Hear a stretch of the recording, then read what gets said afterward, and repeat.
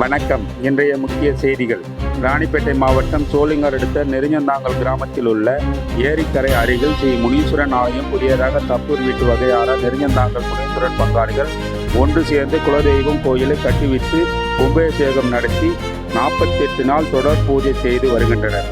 இவ்வாலயத்திற்கு ஊர் பெரியவர்கள், அரசியல் தலைவர்கள் மற்றும் சமூக ஆர்வலர்கள் பொருள் உபயம், பண உபயம் செய்தவர்களுக்கு முனீஸ்வரன் ஆலயத்தின் சார்பில் பொன்னாடை போர்த்தி கலசங்கள் வழங்கினார்கள்.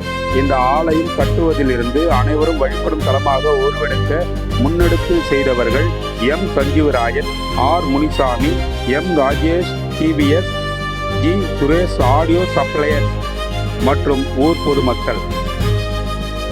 போரா உள்ளூர் செய்திகளுக்காக போரா குமார். வணக்கம்.